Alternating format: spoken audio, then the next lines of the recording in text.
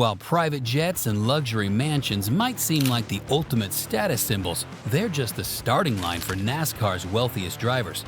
Wait until you see the insane car collections that these racing legends have parked in their multi-million-dollar garages, including one ultra-rare supercar that's worth more than what most drivers earn in an entire racing season. Welcome to Track Reactions, your source for all the stories on and off the track. Please like this video and subscribe to get the latest burnt rubber. Jeff Gordon's record-breaking mansion. While most NASCAR drivers prefer to keep their personal lives very private, some would rather flaunt their assets and extravagant purchases for all to see. And one of the many drivers who shows it all is four-time Cup Series champion Jeff Gordon. The Hendrick Motorsports vice chairman has had a spectacular career. He is without a doubt a living legend.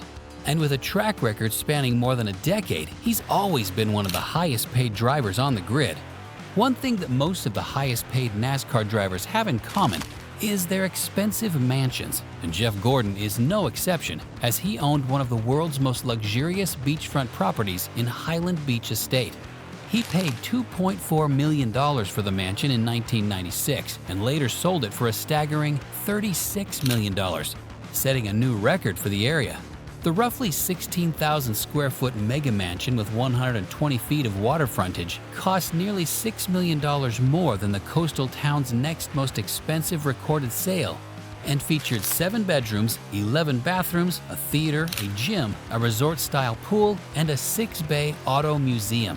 However, aside from his obvious love of luxury real estate, the four-time NASCAR champion has made some other outrageously expensive purchases in recent years that he doesn't really talk about.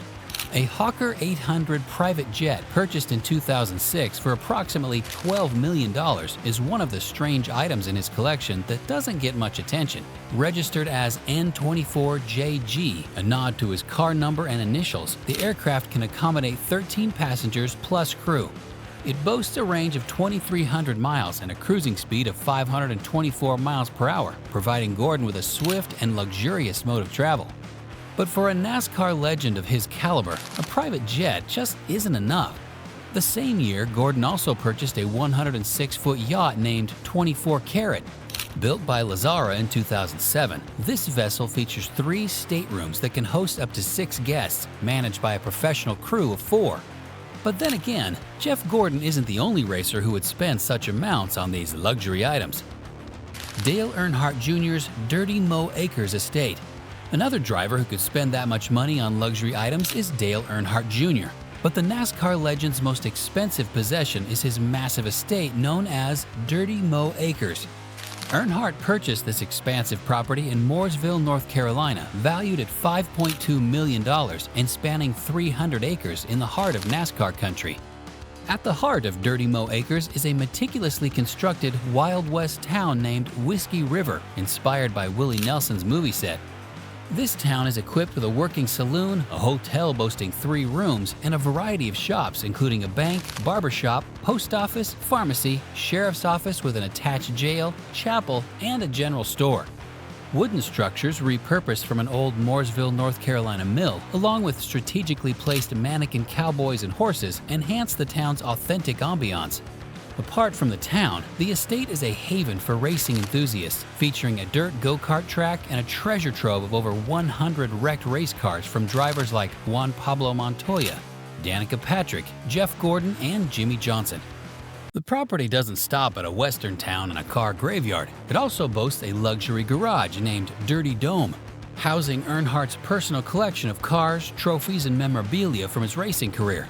This garage is also home to a basketball court, serving as the battleground for the Dirty Mo Basketball League, where Earnhardt and his friends compete.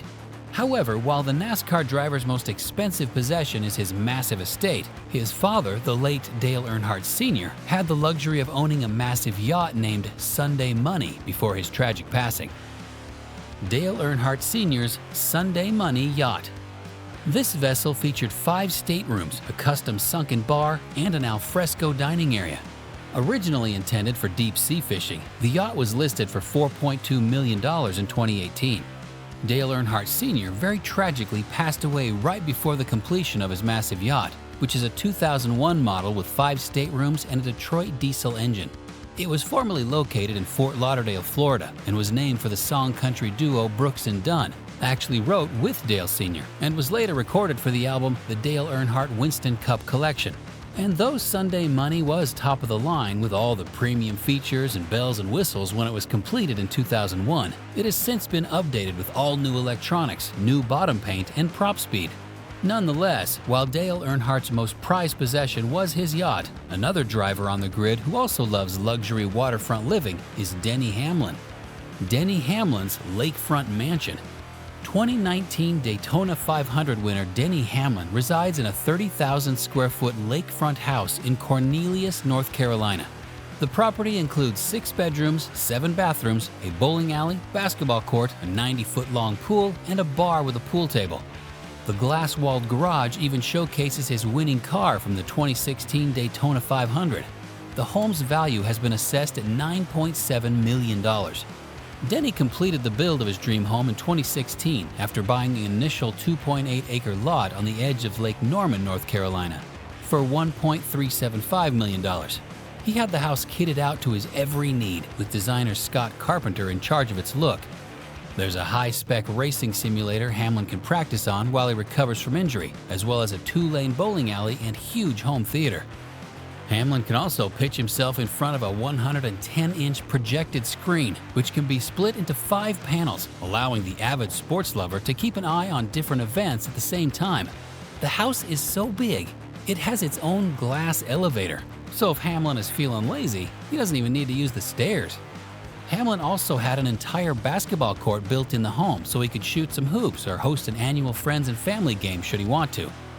An indoor garage complete with a see-through wall also allows Hamlin and guests to feast their eyes on some high-end cars, including one of his number 11 Toyotas. And if there's ever a time Hamlin wants to invest in a helicopter, his stunning property also comes with its own landing pad. He might not have a helicopter just yet, but he does possess 2 private jets, a Bombardier Challenger 604 and a smaller Learjet variant. His Challenger 600 even features the Denny Hamlin Racing logo, and its value is estimated at $6.5 million. This obsession with private aviation is something Hamlin shares with his fellow racing legend Jimmie Johnson, though Johnson's air game might be even more impressive. Jimmie Johnson's private jet. The 7-time Cup Series champion owns a Gulfstream G150 private jet. This aircraft, valued at approximately $16 million, is among the fastest in its class, boasting a maximum speed of Mach 0.875 and a cruise speed of 484 knots. Inside, Johnson and his guests enjoy a spacious, oval-shaped cabin decked out with every luxury imaginable, from reclining leather seats to entertainment systems that could make most home theaters look pathetic.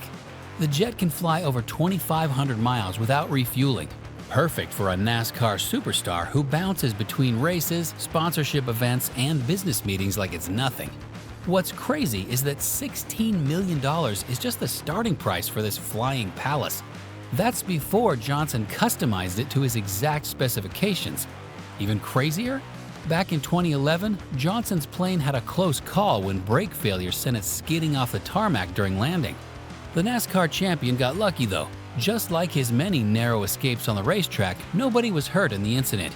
When you got Jimmie Johnson's bank account, even a plane crash is just a minor inconvenience in an otherwise perfect jet-setting lifestyle. Another NASCAR legend who knows about travel in luxury is Martin Truex Jr., who owns private jets through his company, MTJ Aviation. This venture also includes 2 Beechcraft 400 XPs available for private jet charters that bring in more money for the NASCAR champion. But speaking of owning expensive things, there's another category of luxury that NASCAR drivers splash out on: their car collections. NASCAR drivers' luxury car collections. Joey Logano is well known for his extensive and varied car collection, which includes both classic and contemporary vehicles. His collection features a number of Ford vehicles, aligning with his affiliation with Team Penske and Ford Performance. His appreciation for Ford's history is evident in his ownership of a 1971 Ford Mustang Mach 1, nicknamed Mach 22, a 1961 Ford Econoline pickup, a Fox body Mustang, a 1946 Ford Super Deluxe sedan, and a 1953 Ford cab-over ramp truck.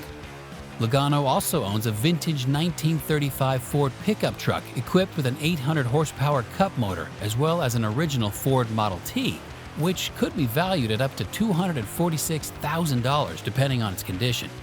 The most expensive car in his collection is reportedly a 2017 Ford GT, valued at around $1.2 million. Denny Hamlin also possesses a notable car collection described as crazy and insane. His collection includes a 2008 Lexus LS 460L, a customized Porsche Panamera, and a classic 1967 Lincoln Continental. A standout in his collection is an ultra-rare Lexus LFA Nürburgring Edition, one of only 50 in the world, with a rumored cost of $500,000. Kyle Busch's car collection is characterized as including both high-performance sports cars and vintage classics, alongside NASCAR race cars that serve as memorabilia from his successful career. His collection includes a Dodge Challenger SRT Hellcat, a 1957 Chevrolet Bel Air, and an Audi R8. Similar to Hamlin, Busch also owns a limited edition Lexus LFA, a highly sought-after supercar that has sold for over $2 million at auction.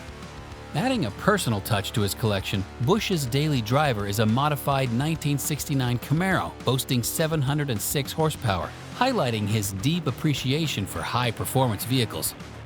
Beyond cars, mansions, and private jets, some NASCAR racers even own racetracks and wineries. Tony Stewart's Eldora Speedway. Three-time Cup Series champion Tony Stewart purchased Eldora Speedway in 2004. Located in Rossburg, Ohio, this iconic dirt racing track has hosted prestigious events under Stewart's ownership. Eldora Speedway is a half-mile dirt racing facility located in Rossburg, Ohio. The Big E is owned by three-time NASCAR champion Tony Stewart. The Indiana native purchased Eldora from legendary promoter Earl Baltz in 2004. Baltz built Eldora in 1954 and had been the sole owner of the facility from day number one. Eldora plays host to some of the largest dirt racing events in the country, including the Dream, Kings Royal, and World 100, all of which attract over 15,000 spectators on an annual basis. The track currently hosts events like the Kings Royal, the World 100, and Stewart's Superstar Racing Experience. Richard Childress's winery. Former driver and team owner Richard Childress owns one of the most expensive wineries, and it's valued at a mind-blowing $250 million. The story behind this luxury winemaking venture is just as impressive as the price tag. While racing at California tracks in the 1970s, Childress would sneak away between races to check out small local wineries. As NASCAR expanded to Watkins Glen, he started exploring vineyards in New York's Finger Lakes region. The racing legend made friends with vineyard owners and winemakers and soon began dreaming of his own wine empire. By the 1990s, Childress wasn't dreaming anymore. He'd bought land and planted vines. Before the decade was out, he was having his grapes custom crushed and making wine to give away to his racing buddies. Then in 2003, Childress went all in, breaking ground on a massive 35,000 square foot winery facility that officially opened in 2004. Today, the operation is nothing short of extravagant. Visitors can enjoy the lavish tasting room that's open daily and dine at the Italian-style bistro for lunch. For those looking to experience real NASCAR luxury, Childress hosts weddings, corporate events, and free entertainment during spring and fall. Within just 1 year of operation, the winery was pumping out 30,000 cases annually, making it North Carolina's third largest wine producer, proving that Richard Childress knows how to win big both on and off the track. From Childress's $250 million winery to Johnson's $16 million private jet, these racing legends live in a world most of us can only dream about. Which of these jaw-dropping purchases shocked you the most? Share your thoughts in the comments below. And don't forget to like and subscribe to Track Reactions, your source for all the stories on and off the track.